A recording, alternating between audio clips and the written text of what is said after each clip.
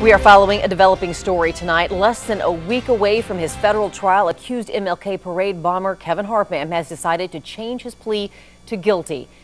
Harpham will be in court to enter the plea tomorrow morning. He is charged now with attempting to use a weapon of mass destruction and other charges for which he faced life in prison. KXLY4's Jeff Humphrey is live with what we know about this turn of events. Jeff?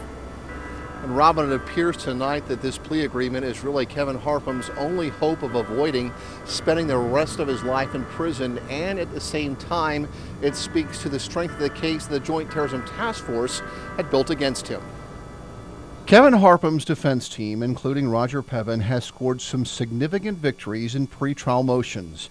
While they were able to suppress culpable statements that Harpham made to the FBI before he was advised of his rights, Harpham still has some serious legal problems. With the help of Harpham's camera, the FBI was able to place Harpham at the parade. A search of his home turned up components and even tools allegedly used to make the bomb. Harpham had even posted blogs about the incident. However, the most devastating blow to Harpham's defense came back in April.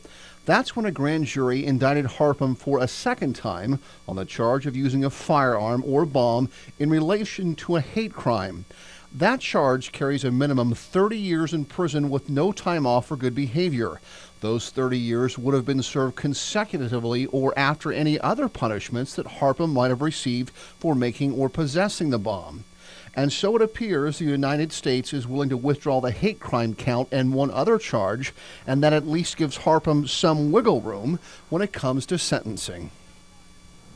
Now, the judge here in federal court could still give Harpham a life sentence for any of the charges that are still on the table, but at least Harpham no longer will have that mandatory 30-year prison term hanging over his head, and that is why he is expected to plead guilty here tomorrow in federal court.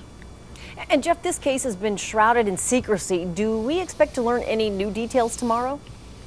Well, I certainly hope so, and here's why. Before Harpham is allowed to plead guilty tomorrow, the United States is expected to tell the court how they plan to prove the things that Harpham had done illegally. However, at the same time, plea agreements fall apart all the time, and it's not likely the judge who has jealously guarded Mr. Harpham's right to a fair trial is going to allow all that information to come out. However, it will be the most revealing look at the evidence that the FBI holds against Harpham, and we'll have that for you tomorrow here on KXLY4, as well as on KXLY.com.